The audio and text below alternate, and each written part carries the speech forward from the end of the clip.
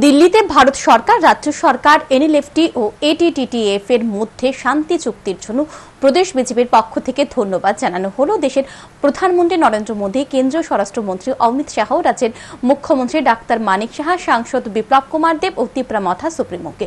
প্রদেশ BJP কার্যালয়ে সাংবাদিক সম্মেলন করে ধন্যবাদ জানান প্রদেশ বিজেপির মুখ্য মুখপাত্র সুব্রত চক্রবর্তী। বুধবার দিল্লিতে ভারত সরকার, রাজ্য সরকার, এনএলএফটি ও এটিটিএফ এর মধ্যে শান্তি চুক্তি হয়। এই শান্তি চুক্তি স্বাক্ষরিত হওয়ার ফলে এনএলএফটি ও এটিটিএফ সার্বিকভাবে জীবনের মূল স্রোতে ফিরে আসা এবং রাজ্যের উন্নয়নের অংশীদার হওয়ার যে সমস্যা ছিল তার অবসান হয়েছে। ৩২৮ জন এনএলএফটি এবং এটিএফ এর সদস্য জীবনের মূল স্রোতে ফিরে আসবেন এবং রাজ্যের মূল উন্নয়নে সামিল হবেন।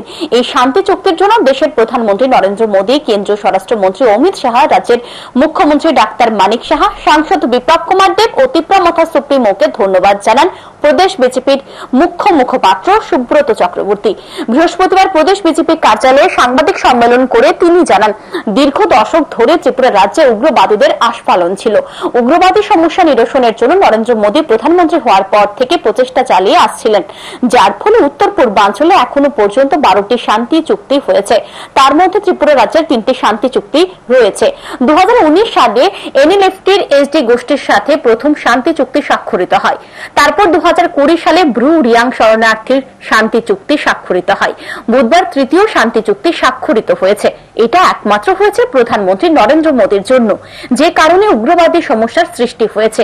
সেই কারণ খুঁজে তার সমাধানের চেষ্টা করছেন নরেন্দ্র মোদী। জনজাতিদের সার্বিক উন্নয়নের জন্য 250 কোটি টাকার আর্থিক প্যাকেজ ঘোষণা করেছেন প্রধানমন্ত্রী। প্রধানমন্ত্রী যা বলেন তা করেন। যে কারণে উগ্রপন্থা সমস্যাগুলি সৃষ্টি হয়েছিল, যে কারণে সেগুলি দশকের পর দশক ধরে জিইয়েছিল, সেই জায়গা থেকে তার নিরসনের জন্য চেষ্টা করছেন এবং এই শান্তি চুক্তি মোতাবেক 250 কোটি টাকার প্যাকেজ অলরেডি তিনি ঘোষণা করেছেন। কারণ মূল লক্ষ্য হচ্ছে বিশেষ করে জনজাতিরা যারা এই সমস্ত কার্যকলাপের সঙ্গে যুক্ত ছিলেন একটা দীর্ঘ সময় পর্যন্ত, এবং তাদের যাতে ভাষাগত, জাতিগত, সাংস্কৃতিগত, ঐতিহ্যগত সমস্ত রকম উন্নয়ন যাতে করা যায়। এখনো পর্যন্ত যতগুলি শান্তি চুক্তি করা হয়েছে তার মূল লক্ষ্য হচ্ছে আলোচনার মাধ্যমে সমস্যার সমাধান করে রাজ্য ও রাষ্ট্রকে একটা নতুন পথে চালিত করা। প্রধানমন্ত্রী উত্তর পূর্বাঞ্চলের রাজ্যগুলিকে অষ্টলক্ষ্মী হিসেবে সম্বোধন করেছেন বলেও জানান Subrata Chakraborty.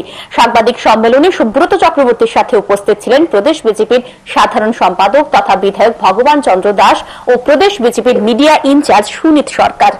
Bureau report, news today.